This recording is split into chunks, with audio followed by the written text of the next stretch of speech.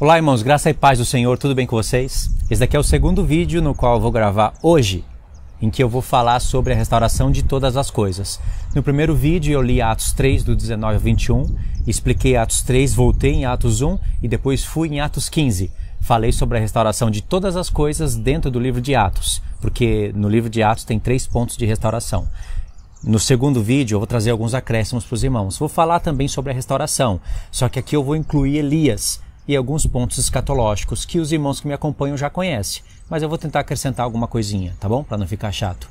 E para os irmãos que não conhecem, seria bom você assistir esse vídeo e também o primeiro. Pode assistir esse se você chegou nesse e depois volta no primeiro, ou se você conseguiu pegar a sequência, melhor ainda. Vai estar no comentário fixo, como eu sempre costumo fazer. Todas as instruções estarão lá. Aí eu vou ler aqui com os irmãos, então. Atos 1, do 6 ao 8. Diz assim: Então os que estavam reunidos lhe perguntaram: Senhor, será este o tempo em que restaures o reino a Israel? Respondeu-lhes: Não vos compete conhecer tempos ou épocas que o Pai reservou pela sua exclusiva autoridade, mas recebereis poder ao descer sobre vós o Espírito Santo, e sereis minhas testemunhas, tanto em Jerusalém como em toda a Judéia, em Samaria e até os confins da terra. Aqui eu já expliquei, lembra? Trombetas, testemunhas, as festas finais. Expliquei isso no primeiro vídeo. Agora a gente pode ir direto para Atos 8. Por quê? Olha o que diz no verso 8. Mas recebereis poder ao descer sobre vós o Espírito Santo, e sereis as minhas testemunhas. O que está de azul aqui pode pensar no Apocalipse 11, porque está profetizando o tempo do fim. Tanto em Jerusalém, como em toda a Judéia, Samaria e até os confins da terra. Aqui está o tempo do fim. Não é só os confins da terra lá daquele tempo. Tem que ser testemunhas até o tempo do fim. Por isso que lá em Mateus 24, o Senhor Jesus, ao falar das coisas escatológicas, diz: E este evangelho será pregado em todas as nações para testemunho. Então virá o fim. E por que o evangelho tem que ser pregado em todas as nações para testemunho? Porque os que ouvirem a palavra de Deus e quiserem se tornar testemunhas dele, se tornará testemunha dele. Fará parte de um reino do sacerdote. Agora, todas as outras nações têm que ouvir a palavra e o juízo que Deus vai trazer sobre esse mundo. Quem merecer juízo para o lago de fogo, vai para o lago de fogo. Quem merecer ser sacerdote rebaixado, vai ser sacerdote rebaixado. Quem merecer sobrar como nações que irão ser regidas no milênio, assim vai acontecer. Tá bom? Então aqui nós lemos que a palavra tem que ser pregada até os confins da terra. Acontece que aqui em Atos, a palavra de Deus só começa a passar para os gentios e ir para os confins da terra, naquela época, com o apóstolo Paulo. E tem essa informação aqui para a gente em Atos, que é interessante. Atos 8, do 1 ao 5, diz assim: E Saulo consentia na sua morte, que era a morte de Estevão. Naquele dia levantou-se grande perseguição contra a igreja em Jerusalém, e todos, exceto os apóstolos, foram dispersos pelas regiões da Judéia e Samaria. Lembra? Jerusalém, Judéia e Samaria. E até os confins da terra. Presta atenção aqui. Alguns homens piedosos sepultaram Estevão e fizeram grande pranto sobre ele. Saulo, porém, assolava a igreja, entrando pelas casas, arrastando homens e mulheres, encerrando-os no cárcere. Entre mentes, os que foram dispersos iam por toda parte pregando a palavra. Filipe, descendo a cidade da Samaria, aqui, mais um ponto alcançado, anunciava-lhes a Cristo. Verso 14. Ouvindo os apóstolos que estavam em Jerusalém que Samaria recebera a palavra de Deus, enviaram-lhe Pedro e João, os quais, descendo para lá, oraram por eles, para que recebesse o Espírito Santo, porque ainda não havia descido sobre nenhum deles, mas somente haviam sido batizados em nome do Senhor Jesus. Verso 17. Então lhes impunham as mãos e recebiam estes o Espírito Santo. Até aqui. Olha que interessante, Samaria, se vocês forem olhar na palavra de Deus, era o lugar onde estava a casa de Israel, os samaritanos. E a cabeça disso seria Efraim, está lá em Isaías 7. E aqui eles estavam recebendo a palavra de Deus, a primeira etapa, criam na palavra de Deus, mas ainda não tinham o Espírito Santo. Aí tinha a imposição de mãos, recebia o Espírito Santo, mas eles não estavam ainda ouvindo o evangelho completo, porque aqui Pedro ainda não conhecia que os gentios haveriam de entrar para fazer parte da casa de Israel, para se unir com a casa de Judá e formar o reino do Senhor. Se Pedro não conhecia, muito menos eles que estavam crendo no Senhor, os samaritanos. Isso iria ser ensinado pelo apóstolo Paulo em Atos 13. Atos 13, nós temos a primeira pregação do apóstolo Paulo, a primeira que foi registrada. E olha aqui a informação que vai completar com Atos 1, do 1 ao 6. Presta atenção. No sábado seguinte, afluiu quase toda a cidade para ouvir a palavra de Deus. Mas os judeus, vendo as multidões, tomaram-se de inveja e, blasfemando, contradiziam o que Paulo falava. Então Paulo e Barnabé, falando ousadamente, disseram: cumpria que a vós outros, em primeiro lugar, fosse pregada a palavra de Deus. A vós outros, eu digo, Jerusalém. Jerusalém, Judeia, foi pregado lá em Samaria, para os samaritanos, e agora, presta atenção. Mas, posto que a rejeitais e a vós mesmos vos julgais indignos da vida eterna, eis aí que nos volvemos para os gentios. Porque o Senhor assim nolo determinou: eu te constituí para a luz dos gentios, a fim de que sejas para a salvação até aos confins da terra.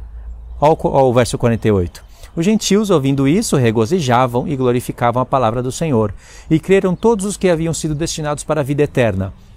Aqui entrou até aos confins da terra. Você vê que o livro de Atos vai mostrando passo a passo: Judeia, Samaria, Judeia, Galileia, Jerusalém, Judeia, Samaria e até aos confins da terra. Aqui a missão é com o apóstolo Paulo e seus cooperadores. Aí vai de lá até o nosso tempo, o evangelho sendo pregado até os confins da terra, para serem testemunhas do Senhor. Aqui nós podemos já nos lembrar de Atos 11. Atos 11 não, Apocalipse 11, onde tem as duas testemunhas. E aí o segundo passo, nós vamos ver Elias. Lembra no primeiro vídeo, em Atos 3, que diz que o céu está contendo o Senhor Jesus até o tempo da restauração de todas as coisas? E eu fiz uma pergunta lá no vídeo 1.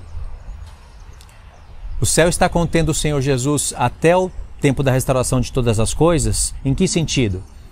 Ele vem para restaurar tudo ou tudo estará restaurado para ele vir? Aí eu falei que os dois pontos são verdadeiros, lembra? Talvez eu não tenha explicado isso com todos os detalhes no primeiro vídeo. Mas nesse vídeo aqui fica mais fácil para entender isso, né? Porque o Senhor Jesus vai vir e vai ter que restaurar um monte de coisas junto com a sua igreja. Ele não faz nada sozinho, embora ele pudesse. Ele tem um corpo e ele trabalha com o corpo dele. Assim como o corpo, a cabeça e o corpo trabalham juntos. E ele vai ser o cabeça de tudo, né? Então, a terra vai estar assolada. Os terremotos vão assolar todas as nações. Nenhuma ilha ficará no lugar. Nenhum prédio, nenhuma das grandes cidades ficarão de pé. O Senhor vai derrubar tudo. E vai precisar de uma restauração. Cada toque de trombeta assola a terra. Cada taça derramada assola a energia da terra. O Senhor quer desconstruir tudo que os homens construíram na base da energia. E aí vai ter que ter restauração. O sol vai ter que ser restaurado, a lua, as estrelas. Afinal, a quarta trombeta e a quarta taça mexem com os poderes do céu. E os poderes do céu são abalados. As estrelas do céu caem do céu na terra. Então tem que haver uma restauração de coisas que os homens não podem fazer, somente o poder de Deus. Mas tem outros tipos de restauração que é a igreja que vai fazer. Lugares vão ser reconstruídos, cidades vão ser reconstruídas, tudo no nome do Senhor e tudo para a glória do Senhor. Isso é o que é chamado de restauração de todas as coisas. Certo? Ok, expliquei aqui em poucas palavras, certo? Aí entra a parte interessante, que é a parte de Elias. Porque a parte de restaurar todas as coisas está envolvida com o nome de Elias. E quando se fala de Elias, a gente lembra de João Batista, né? Tem um mistério entre esses dois homens. Vou ler aqui alguns textos e explicar para vocês. Vamos ler aqui Malaquias 4, do 1 ao 6, que vai aparecer os dois profetas. Olha só. Pois eis que vem o dia, e arde como fornalha. Todos os soberbos e todos os que cometem perversidade serão como restolho.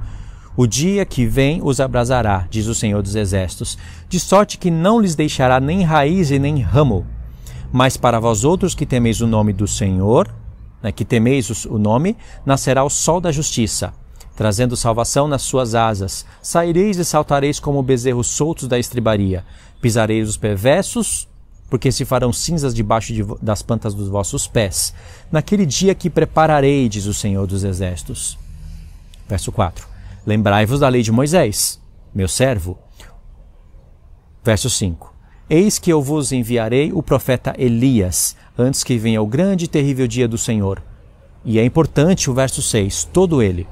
Ele converterá o coração dos pais aos filhos e o coração dos filhos a seus pais, para que eu não venha e fira a terra com maldição.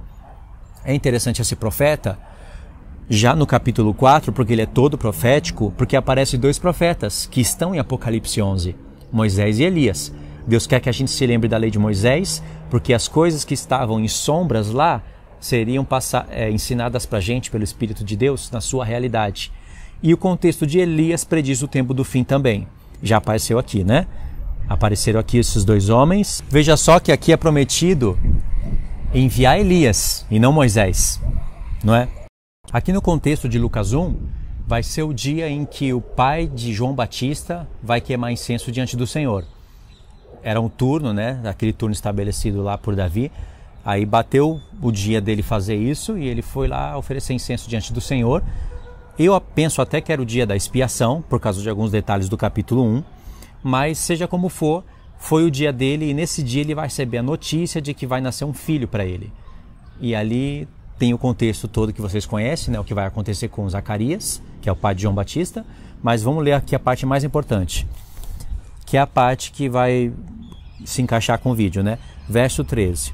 Disse-lhe, porém, o anjo: Zacarias, não temas, porque a tua oração foi ouvida, e Isabel, tua mulher, te dará à luz a um filho, a quem darás o nome de João. Em ti haverá prazer e alegria, e muitos se regozijarão com o seu nascimento, pois ele será grande diante do Senhor. Não beberá vinho, nem bebida forte, e será cheio do Espírito Santo já desde o ventre materno. Olha o verso 16, que é importante. Ele converterá muitos dos filhos de Israel ao Senhor seu Deus, e irá diante do Senhor no espírito e poder de Elias, para converter o coração dos pais aos filhos, e converter os desobedientes à prudência dos justos, e habilitar para o Senhor um povo preparado. Irmãos, olha que importante essa profecia. Ele veio no espírito e poder de Elias, João Batista. Mas pode ver que algumas coisas que estão aqui não se completam na vida de João Batista.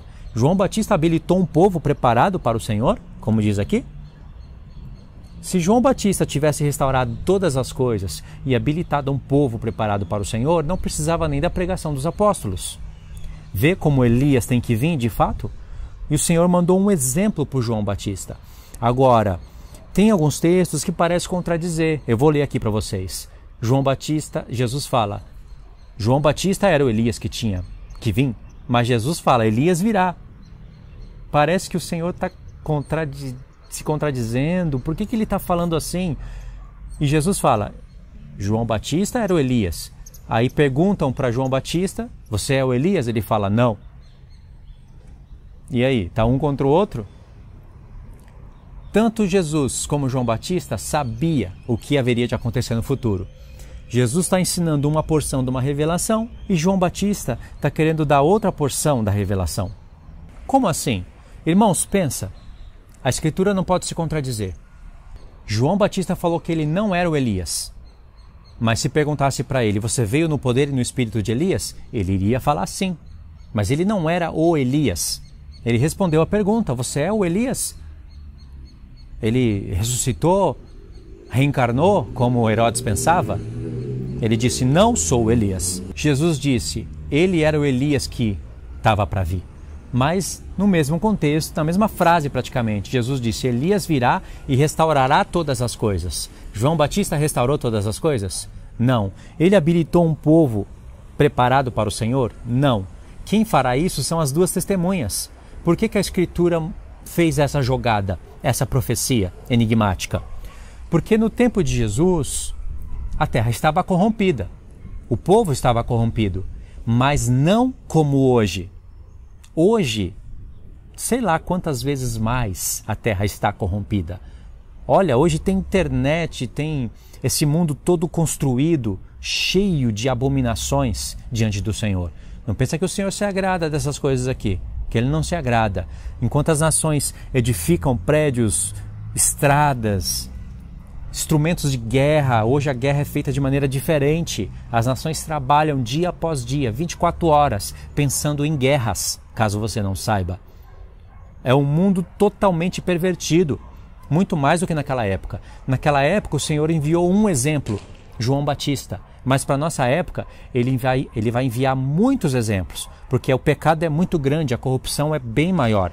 Então ele vai enviar muitos homens no espírito e poder de Elias e ainda mais escolheu um parceiro, Moisés. Além do mais, ele vai enviar muitos no espírito e poder de Moisés, que está lá nas duas testemunhas, que não são apenas 2 profetas, são homens que têm azeite de ouro e que alimenta toda a menorá. É por causa da proporção do pecado, o Senhor aumenta a dose. Agora vai ter muitos homens como João Batista e muitos como Moisés. Muitos como Elias, muitos como Moisés. Lembra que Tiago disse que todos nós podemos ser Elias na terra? Aí você pode dizer, não lembro disso não. Não, ele diz que Elias era homem semelhante a nós e orou e a terra parou. O céu parou de dar chuva durante 3 anos e meio. As 2 testemunhas têm poder para fazer parar de chover durante 3 anos e meio. Seria coincidência? E no mesmo contexto ele está falando da vinda do Senhor e de chuva serôdia? Tiago sabia do que estava falando, irmãos. Sabia muito mais do que você pensa que ele sabe. E aí, irmãos, nós temos uma bela de uma revelação em Mateus 17, porque fala da transfiguração do Senhor Jesus e aponta para o tempo do fim. Vou tentar resumir aqui o máximo que eu posso. Mateus 17 diz assim: 6 dias depois... 6 dias depois do quê? Vê que o evangelista aqui, ele teve cautela em falar 6 dias depois. Ele está contando os dias, né? 6 dias depois ao 7º. O que aconteceu? Tomou Jesus consigo a Pedro e aos irmãos Tiago e João e os levou, em particular, a um alto monte. E foi transfigurado diante deles. E o seu rosto resplandecia como o sol, e as suas vestes tornaram-se brancas como a luz. E eis que lhes apareceram, quem? Moisés e Elias, falando com ele. A um alto monte, nos lembra onde o Senhor fala que vai reinar sobre a casa de Israel, e a casa de Israel sobre as nações. Eu já lembro aqui. O rosto do Senhor Jesus ficou como o sol, lembra Apocalipse 1, quando ele vem para João, no dia do Senhor.